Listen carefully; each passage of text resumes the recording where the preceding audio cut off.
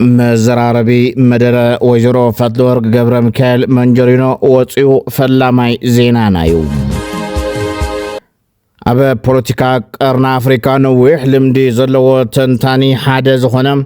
كوينا تايوهلن كبل تزاري بلو حزنا يولنا إرتران إثيوبيان بمن قد سودان تراخبا بخمي كنا أربالكمينا سراويت حرا مريت كاب عفار كوص تعزيزوم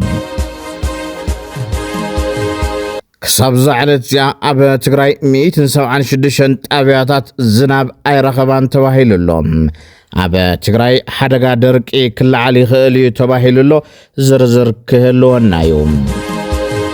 أبي أحمد نبا تقراي زلا أخو مال أختون الله كان أروالكم ينام نلومي نايديو من كالوتن زيناتات حيزنا لكم لنا لايك بمقبار جمرو مسوداهم دما شيرن سبسكرايبن بمقبار حلفو نبتي فلا ماي زينانا كنسقر حلافيت بيت صحفة ودب حوحات ويزرو فتلور قبر مكال من جريدهم نتقدم قبل قفايلن زبل زربا حزون داقي ماتهم قلت شحي عصر سلستان مجمر يا خينات مستجمركو دنگرگر يلو نير إسم ناي نمقدالون بزح قربنا تينورو دحر توسنا جزيجن ناي تسأل أتقف عن قلنا النار يا مسكدة فريسو بعلو تعليم كسع عقلنا تنكرنا مالتي تملس أنا حمدا تبهله سلازي تعلا ما إخات ردو نمن تاي كم زخونا إزرد أمبر أبانا قفاز بهالنجر حزون دقاقم كامله دقاقم نحن زارو بلون دل نجر بقفاز سلف من إسي يلن أي بحرنان نهزب تقراي كبري أي كونن نمرد أن نمميات أنز قبار نجر قفاز برشم قوات الله أي قبار سلازي زي متنا نائب سرخة أفنا خنوت الله صلاتنا نخص اللمنان نت سراويتنا نمتنا خارج قبار زلوا تصحري زي كلامون خلاقيو صلالو نخلقي واز قبر وزلو نجر سلازخانة بسنة سرعات كنك ألوسو زلنا إتهم أبتقرأي قفالو لهم ززارو وسبات بدي سابا خوينو سرعات بالسجن أنت تجفف كنت تجفف الله خاي لهم كنا خزارو ودفرات يبلومن بين أي دفراتهم وسيخاد ما ويزرو فدلورك أبزوان زي بزحات محازوت الرخيبنا كساب دي سابانا أتو زحقوزنا اللو يوم بمبال كابتنا يكرم حزب زحش أمانينا تدالينا زلنا كتبل قليس عام بزح عطو أبقون بالسقنا خوينو أنصار سراوي تقراي استسلفوا له خناتاتي نيرو حزخ أنت يلنا خوينا قل أدي سابا سعز بتصح بيننا نشكم إنا مالتي كنا أفدق قدي سابا أمزق ألو سوزلو فانولو أفدق قدي سابا ناي أورومو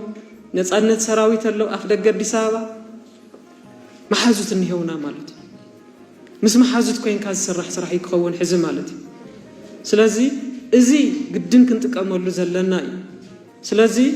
متنقاق يدلو يزبل كسا حزيف تني حوار تسأل أحد عينتنا حوار كوين كان يمكلاس دليتا بكل صبغيو مواصنا قننتاي متنكار أفتنا حوار نقبرق على سونسي ناي تقرأي عقمي تداخي موي كنان كن وص زلنا تنكيرنا نوص سلازي حزون مواصنا ناي بعلنا ناي وشتنا عقمي وشتنا نتأنكر أفت محزنات كي كنا نخستاي نقبر كم نسو طرح زوات أننا خي كنا نحسب زلنا زلعلة تخرتنا أوش أنا غيرنا نحسب يزلنا مالتي بخارج ما بوغن دغفت بلصقنا زلو ميدياتات إساياس نابكينات أتونا بلن حوحات يدفافهم الله يبلوم إساياس دفافي بز جمهور خينات اتبسلا ግን نحزب تግራይ زترف ይዝብሉ ሐሳብ يمزهبهم ጀምሩ ነው የሚላቸው በነገራችን ላይ ሻቢያ እናንተ ጀምሩ እንጂ አግዛችኋለሁ ነው ያያላችሁ ያለው ከባድ መሳሪያ ሲጠይቁት እናንተ ጀምሩ ድሮ ምናምን ሲጠይቁት እናንተ ጀምሩ እንጂ እሰጣችኋለሁ አሁን ወደ መጀመር የመጨረሻ ደረጃ ደርሰዋል ያለኝ መረጃ እሱ ነው እነዚህ ሰዎች ከአሜሪካ ጋር ተጣልተዋል እንዳያችሁት ይሄ ብቻ ሳይሆን በኢሳያስ ግፊት ባስቸኳይ ወደ ጦርነት ግቡ ተብለው ምን እንደሚፈጠር ከወዲሁ ልንገራችሁ ኢሳያስ ግቡ ይልና ልክ ሲጋቡ እሱ ባካፕ ያደርጋል ያሉትንም ጦር መሳሪያ ይልክላቸው ያሉትንም ምን አይልክ የኢትዮጵያ መንግስት ወደ አስመራ ምናምን መምጣት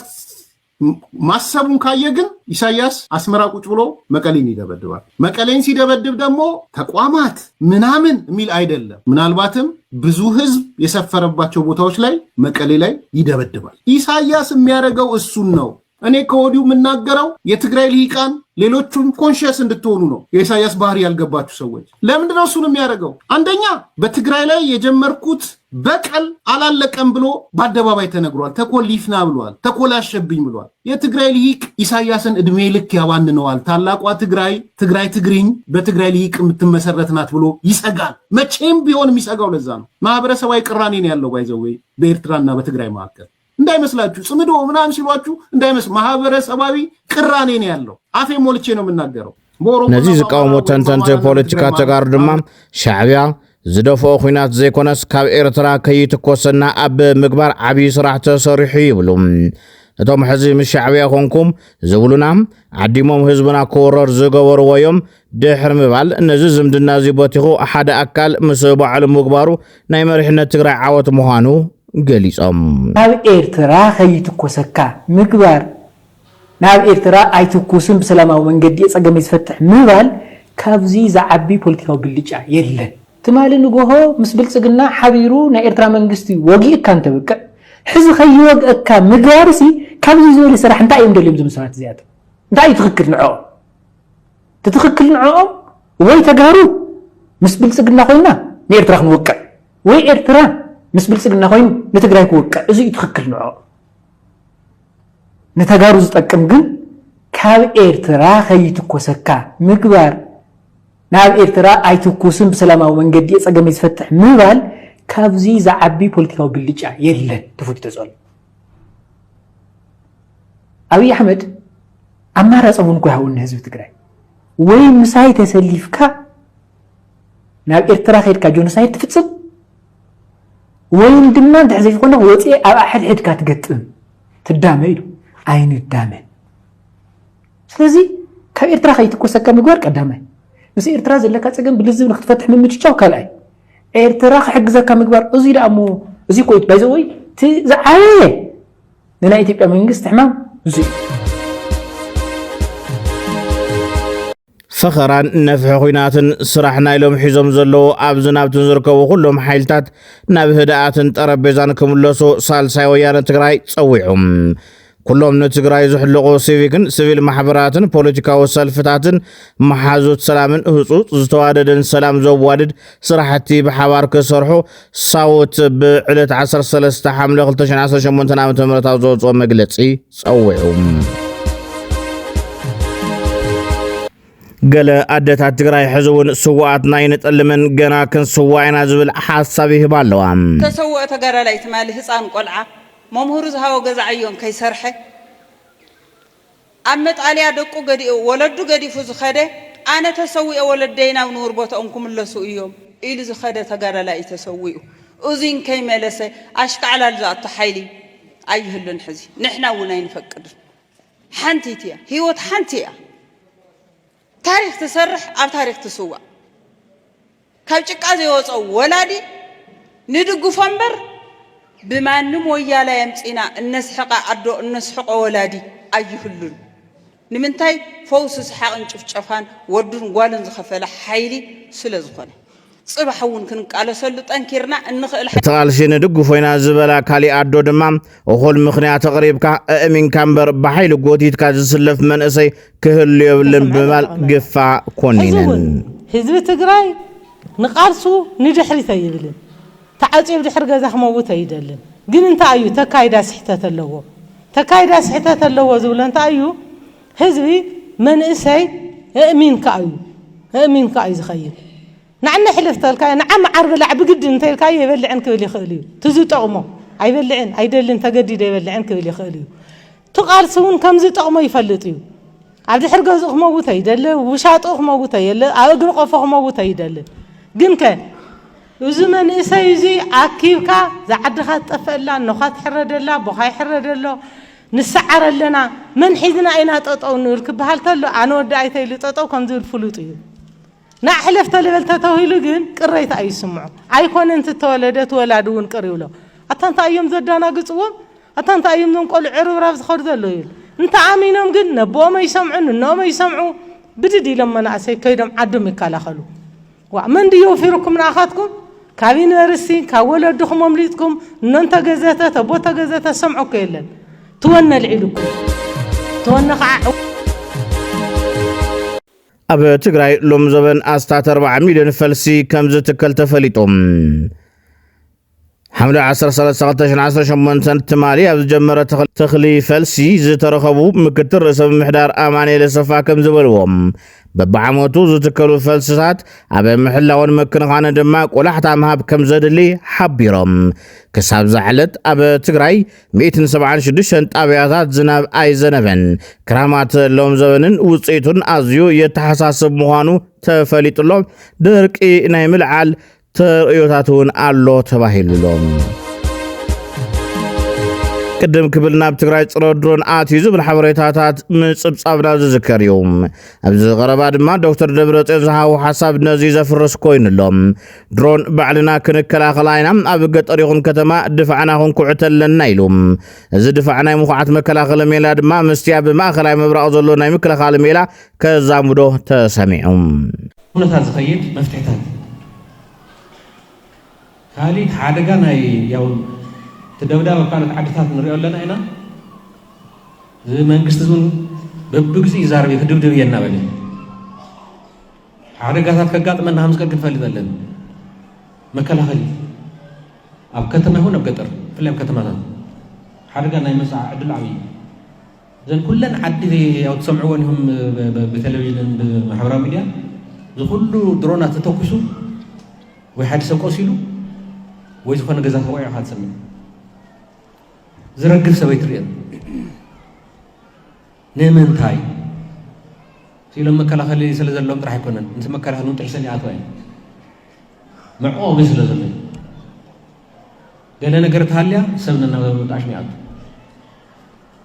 ከምዚ ባንከር በብኻ ቀደም ዕቃው ቃል ሰው ነይሩ አይሮፕላን ክመተላ እና ጎይ ዋላ ቆልዑ ዝኣቱና ባዕልና ክንከላኸል ስንኽእል ኢና እዩ ብዝተወደመ ክስራሕ ዘሎ ሓደጋና እውን ክንከለና እዚኦም ዘይሓርጉና ምዃኖም የውሪና የሚና ተፈኸረታቱን ውሕድ ኣይኮነን ሓደጋ ከይመፀና እውን ክንዳለልና ማለት ኢልና ንሰለፍ ጥራሕ ኩና ንዘልና ሓደጋና ብኩሉ ገጽ ድልዋት ኮይና መሰው ዘሎ መራርሓ ተደጋጊፍና ክንሰርሕ ዶክተር ደብረጽዮን ገብረ ሚካኤል ታብ ቀረባ ዝወፀ ሕጊ ናይ መኸተ ዕጥቂ እዩ ክብል ገሊጹ ኣሎ ኣብዚ ይኹን ደገ ዘሎ ስርዓት ዘትሕዘልና ሕጊ እዩ ክብል እዩ ዝኣምን ካሊእ ዝወፀት ሕጊ ኣዋጅ ገና እንተይወረደት ብዙሕ እዩ ተዘሪቡላት ዋዚያውን ብደንብ ክንፈልጥ ኣለና መሳርሒ ናይ መኸተ እያ ንመኸተ ተባሂላ ዝወፀት ኣዋጅ እያ ናይ ምስላፍ በቃምቲ ኣንያሁም ዝገርሉ የገድደሉ ብትል ሓንቲ አንቀጣ ይሰምዕ መብል ግቦእ ለቀ እያ ዝብል ሰብ ናይ ራዕድን ሽበራን ስራሕ ጉጅለን ተራሂብካ እውን ከማ ሒዝካ ርክቦ እያ ከመይ ይኸውን ባዕሉን እዩ ዘዋፍሮ ዘሎ ለተን ጎደሎታት ክግበራ ዘይኽእላ ንትግራይና ዝርሕና እየን ወፅየን በቲ ናይ መኸተ ኣዋጅ ንትግራይ ዘድሕን ኣዋጅ ዘይተባሃለሉ ግን የለን ከም ትፈልጥዎ ማለት ገና ዘይሞራሉ ሰው ዝሕግዝ እውን ክንፈልጦ ልዕሊ ኩሉ ፈሊጥና ድማ ክንትግብሮ ዘለና እዩ መሳርሕና እዩ ዕጥቅና እዩ ናይ መኸተስ ዕጥቂ ትከብድላይ ካብ ምዕንዳር ዝነበረ ስርዓት እዩ ዘትሕዞ ንሚድያ ስርዓት የትሕዝ ንኩሉ ሰብ ስርዓት የትሕዝ መንግስቲ ስርዓት የትሕዝ ንሕድሕድ ሰብ ስርዓት የትሕዝ ኣብዚኣ ይሃሉ ኣብ ደገ ስለዚ ንመኸተና ንህላወና ዘሌና መከላኸል ዕጥቂ ለዚ ዕጥቂ ከም ዘለና ክንፈልጥ ኣለና ካብቶም ምሁራት ታሪክ ሓደ ዝኾነ ትግራዋይ ፕሮፌሰር ገላውዲዮስ ኣርኣያ ኣብዚ ሕዚ እዋን ኣብ ትግራይ ዝካየድ ዘሎ ጉዱድ ዕስክርና ብህፁፅ ደው ክብል ኣለዎ ኢሉ ዝኾነ ይኹን ትግራዋይ ብዘድልየቱ ተገፊፉ ክቃለስ የብሉን ክብል ድማ ብትሪ ኮኒኑሎም ሕማም ጎረቤት ተመሓላላፈ እዩ ዝበለ ፕሮፌሰር ሕወሓት ዝመስርሕ ግፋ ካብ ጎረቤቱ ሃገር ኤርትራ ዝወሰዶ ተመክሮ ምዃኑ ብሪሁም ንሱ ወሲኹ ህዝቢ ኤርትራ ፀላእ ህዝቢ ትግራይ ኣይኮነን ብምባል እዚ ኩናት ትግራይ ፅንተ ዝፈፀሙ ሰበስልጣን ሻዕብያ ብሕጊ ክሕተቱ ምዃኖም ገሊጹ እንተሆነ ውድብ ሕወሓት ነቲ ዝሓለፈ ግፍዕን በደልን ብምርሳዕ ምዚ ኣጽናት ስርዓት ሻዕብያ ጸሚዱ ንህዝቢ ትግራይ ናብ ዝኸፍአ መከራ ንምእታው ዝኽተሎ ዘሎ መንገዲ ዘዋጽእ ከም ዘይኮነ ጠቒሱም ሓደ ብመትከል ደረጃውን ተገፊፉ ማንም ትግራዋይ ተገፊፉ ኣብ ሰራዊት ክሰለፍ የብሎ ማንም ትግራዋይ ብድልየቱ ከተሰለፈ ምንም አይኮናል ብድልየቱ በዘየላ ተገፊፉ ማንም ትግራዋይ ክኸይድ የብሎ ህዝብ ትግራይ ኩሉ ኡይ ክብል ኣለዎ ኣብ ኩሉ ቆሻት ኣብ ኩሉ መንደር ኣብ ኩሉ ከተማታት ተቃውሞ ቀርእ ኣለዎ ስለዚህ በደገ ጥራይ ወአዲስ አበባ ጥራይ ክኸውን የብሉን ኣብ ትግራይ እውን ህዝብ ባዕሉ ዋ حجس بس حنايو تصميم ناس قاع حجي حجين إني قلنا ينسمى من ناخذ بقى على الوقت حزبي النحر حبيرو ما نقصون تزقبرنا قال أريمو توصل له ما قد في الطريق عادي تقرأ كونكاون مش إثيوبيا نصنع حزب البهج نيرنيز ولا بروفيسور جلاوديوس يهون بر تقرأ زوات أبزوات مسكالوت بير سبعة كونكا زحش ديمقراطية ومنقص نم مسراتي لهم أنا تقرأ هي جن مش إثيوبيا تصنعنا زحاشة زبل أمنة يزالني هنا تقول نجار رئية عالم كنا رئية بمولو نكرنا أفريقيا رئية بزح جوات سنجار سلازرلو قطع قال لو تمشي وإثيوبيا لحاشة هنا تاتنا في الدار هذا ما عبر عن لنا أنا ونزل هو يبهر أجارنا يزبهال أبتي يبهر أجارنا مساي تجارو له يبهر أجارنا تقرأ زوات حجة مسكال بهر سبنا نا إثيوبيا وين أتصرح كم تعمتوا يزور قوة أبقت أرزل له أمحارة صلاة يكونن ورمو صلاة يكونن كمان أجو ولايتا سوماليا بنشانغول غامبيلا كلهم لهم سنة بحث هنا نصرح لنا نتاعيو الحاشا ديمقراطية فدرالوي منقصي أو ما إثيوبيا شعو وحسن الناس أخذ رفيا تطرح كاب أبا بوليتيكا قرن أفريكا نوح لمدزلوهم تنتنتي حادم إرتراوي كاليد عبدو كويناتا يهلن كبل تزاريبهم مخنيات دما أغميت الله كن انقدكم إذا كل مدى مالتي بدبلوماسي ولو بأمريت زلو تدراو مقصاصات ولو خالقوت مالتي مزيت حاحز كاب زوبا بحافشات هيك في التاريخ المستناي سودان زلو قداي ونست ودأي مثلن جنايو ناو إثيوبيا زنسأل على وخوينات هالله لم زلو على ولو نأبكي أو وشت السودان زنبر حز دما ناو إثيوبيا جزء في اللي بتعنتو طلعوا زنبر كاب أسوسا خالقوتن كوينات نامي جمار عدلات كهلو يخولوا يلمو ونزلو على اللوم مزيت تحاحزو تايز في التاريخ مثل كمودة تحنا العلاج قبأنا قداي سلازقنا مسنا إرترا قداي ون تتحاحز مالتي ولا مالت أنا تسفاين دليتين وناوين يرو إذا أمريكا مت يوم وزلوا نهري مئات يوم وزلوا درجة نزاقينات كتر فايز بالأمنة يزلن ريتوريا وعل تكبردو يدحندو خندي جدي قوسدي خالي جن تحيل ميزان تحت إني أبيكم زلوا كابز حلفة نوي حمدات تموكري أبت بوليتيكا ساينسون قربا تم أزم بقوز تمهار قوس لزنبرة كريو خلقو تطلوا حيلي ميزان قلب قمتريها زاقينات زيان نمترا ناتنا ناشنال انترست حجي ناشنال انترست نا أمريكا دو يقدم ولا ناشنال انترست نايتم زوباوان حيلتاتن ناي حزب تግራይ مرتن شجرن قالن تلكني وزنبو عالمينا زنبرو زلنا فتحوا عالم ايكونن برأيونا بإسرائيل فلسطين ما كل زقاتم زنبرة شجرات تاريخيو انتهي ناتي مدى كينات دوك تبليا زبل أنا ببالني دو زبلوا لمنجد نوزع حد زي حقوس منجد يخون نتصم دوم بتان تواهيل زتخذ خوينو خصم معي كاليو ولا هم خوينو جن أبي أحمد كينات كي كفت تخل كيلوم قالوا حكالات كينات كي كفت تخل كيلو أمانة ناي بريتوريا وعلكا نهزب تجراي ناي معراب تجراي مملاس تقوله بستقالات أفهم منجد خجور وانت فتينو إذن نهزب تجراي قدم منستر أبي أحمد حوحات حدش نقرنا مسمع إذن يقولون لهم حوحات مس بولي جيز أساسا مس جيز متعراق تصقمو آرقيت ودبك بالقالي صوام بمسارته كم زفلت حوحات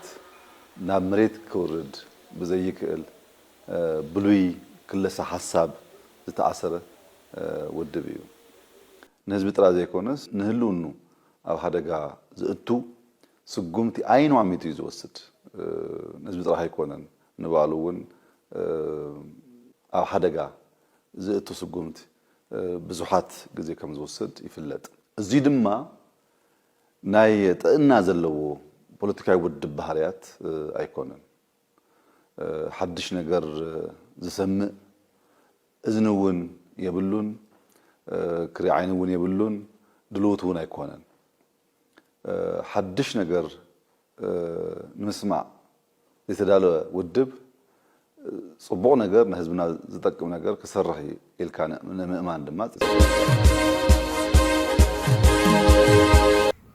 ሙሉ በሙሉ በመንግስት ኤርትራ ዝድገፍ ኣብ ኤርትራ ደቡብ ዓፋር ዝርከብ ሰራዊት ግንባር ሓርነት ዓፋር ኦጉጉማ ኣብ ዓፋር ዘሎ ናይ ካልእ ብሔር ዕጡቕ ብህፁፅ ካብ ዓፋር ለቒቑ ንኽወፅእ ኣዚዙ እቲ ግንባር ዓፋርን ንዓፋሮቶት ዝብል ወፍሪ ጀሚሩሎም እዚ ትእዛዝ ሙሉ በሙሉ ብመንግስቲ ኢትዮጵያ ዝድገፍ ኣብ መሬት ዓፋር ዝርከብ ሰራዊት ሓራ መሬት ዘነጣጠረ ምዃኑ ድማ ተፈሊጡ አስመራን አዲስ አበባን ዳግም ተራኺበን ካብ አስመራ ናብ አዲስ አበባ ዝግበሩ በረራታት ተቋሪጾም መማሮም ዝፍለጥ ኮይኑ ሎሚ ግን ሓዱሽ ናይ በረራ አማራጺ ብሱዳናዊ መንገዲ አየር ባድር ኤርላይንስ ተጀሚሩ መንገዲ አየር ባድር ኣብ መንጎ አስመራን አዲስ አበባን ቀጥታ ሰሙናዊ ናይ በረራ አገልግሎት ምቕራብ ከም ዝጀመረ ብወግዒ ኣፍሊጡሎም እዚ መንገዲ አየር ሱዳን ቀጥታን ምቹ በረራን ኮይኑ ንኽልቴና ሃገራት ዘራኽብ ሰሙናዊ በረራታት ካቲቱሎም ዕጡቕ ሓይሊ ሁቲ ኣብ ልዕሊ ስዑድ ዓረብ እገዳ ባሕሪ ከም ዘንበረ ኣውጁም ኣብ የመን ዝንቀሳቐሱ ዕጡቓት ሁቲ ኣብ ልዕሊ ስዑድ ዓረብ ሙሉእ ማዕቀብ ባሕሪ ከም ዝገበሩ መደበር ቴሌቪዥን አልጀዚራ ጸብጺቡሎም እዚ ውሳነ ዝወፃ ብማእኸላይ ምብራቕ ዘሎ ፖለቲካውን ወታደራውን ወጥሪ ብዝለዓለ ደረጃ ብዝተጓሃረሉ እዋን እዩ ብተወሳኺ ሓይልታት ኣሜሪካ ንትሽዓተ ተኸታተልቲ ለይቲታት ኣብ ልዕሊ ዝተፈላለዩ ከባብታት ኢራን ሓያል መጥቃዕቲ ኣየር ከም ዘካየዱ ተገሊጹ እዚ ሰጎምቲ እዚ ኣብ ሰሜናዊ ኢራቅ ብሰንኪ ዝተፈጸመ ደብዳበ ድሮን ንሓደ ወታደር ኣሜሪካ ምቕታሉ ስዒቡ ዝወፀ ምዃኑ ተሓቢሩ ወሃቢ ቃል ሚኒስትር ጉዳያት ወፃኢ ኢራን እስማኤል ባቃኢ ኣብ ዝሃቦ መግለፂ ድማ እዚ ኩናት ከምዚ ኢሉ እናቐፀለን ከለውን ኢራን ምስ ኣሜሪካ ንምሽን ምጋዝ ዝጀመረቶ ፃዕሪ ከም እትቐፅል ጠቒሱሎም እቲ ኩናት ኣብ መንጎ እስራኤል ፍልስጤም ሊባኖስ ከምኡውን ኣብ መንጎ ሓይልታት ኣሜሪካን ኢራንን ብስፍሓት እናተኻየደ ይርከብ ምስ ኢራን ምትእሳር ከም ዘለዎ ዝግለጽ የመናዊ ዕጡቕ ሓይሊ ኣብ ልዕሊ ስዑድ ዓረብ ዘንበሮ ማዕቐብ ኣብቲ ከባቢ ዘሎ ከቢድ ቅልውላው ከየጋድዶ ስጋት ፈጢሩ ከም ዘሎ ተንተንቲ ፖለቲካ ይገልጹ ክቡራት ተኸታተልትና ንሳዕ ዝሓዝናልኩም ዜናታት ነዞም ተኸታተልኩሞም ይመስሉ ነይሮም ብኣቀራርባናን ትሕዝቶናን ተፈቲኹምና ሳብስክራይብ ብምግባር ሕለፉ ኣብ ሚድያና ንዘለዎኩም ዝኾነ ይኹን ዓይነት ርእይቶ ድማ ብነፃነት ክተካፍሉና ትኽእሉ ኢኹም ሰላም ንህዝቢ ትግራይ ሰላም ንኹሉ ወዲ ሰብ